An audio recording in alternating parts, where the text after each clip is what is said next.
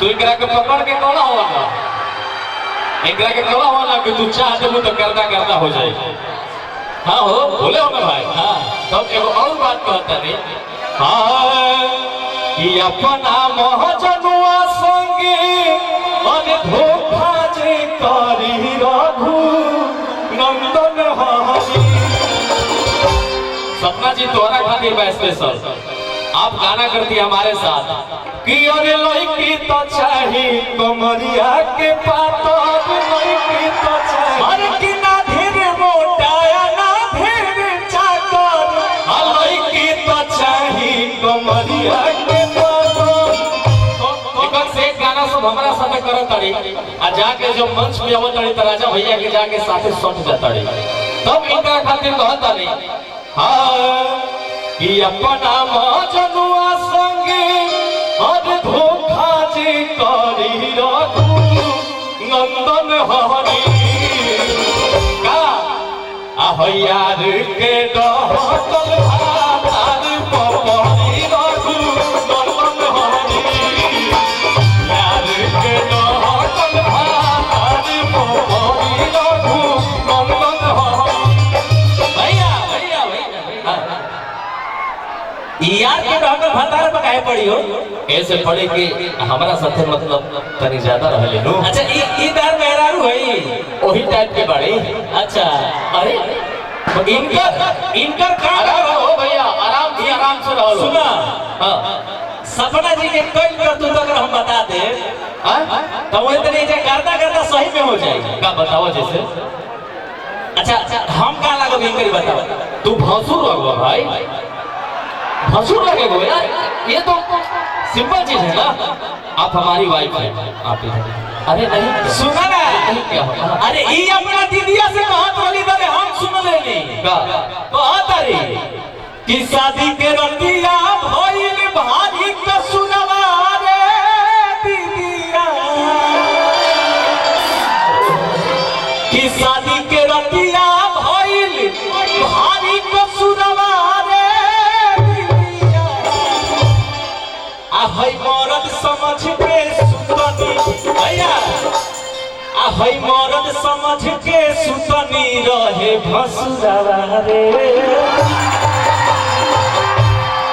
मतलब भाई के भी भुला गेल तो यार, क्या बात है राजा भैया। अच्छा इधर आइए, सही है। जब वो रात में जब तारा भेरी रही तो फिर भागल हमरा भेरी पता बा, और कहली आके हमरा भेरी। हाँ लड़कियां खूब रोवत रहे आके बगल आके कहलो समरा ले कि अपना बारे में पियावा और कुछ ना बतावे, हमारा से जाने खातिर और क्रिया धारावे।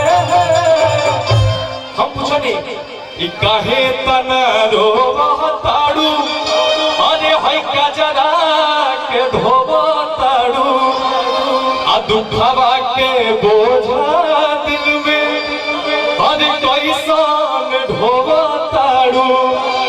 इस ससुरा से कहे लैलू अरे गावे,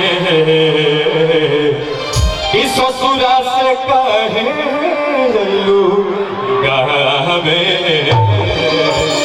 तभी पब्लिक कहला कि अरे अपना बारे में पियावा, कि अपना बारे में राजावा कुछ ना बतावे, हमारा से जाने खातिर क्रिया धारावे, हमारा से जाने खातिर क्रिया धारावे, हमारा से जाने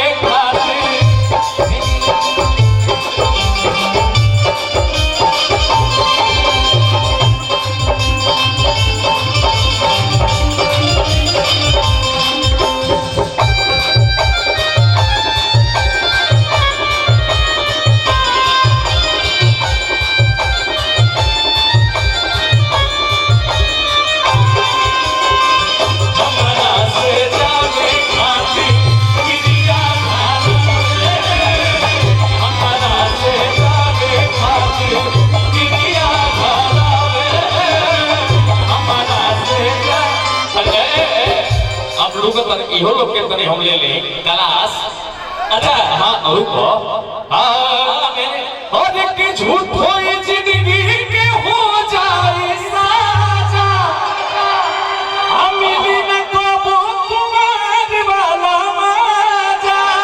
अब सुनो माही जी हर की ऐसा मराद नहीं मिल पाई।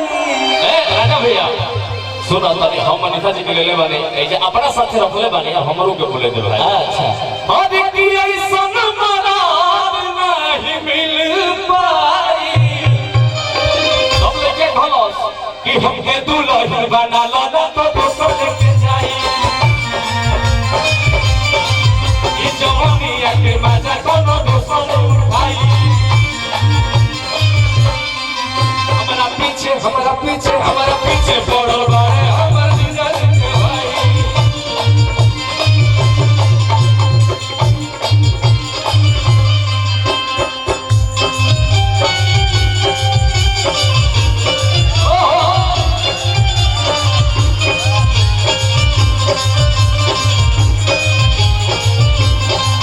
बना लो ना तो दोसर लेके जाए ई जवानिया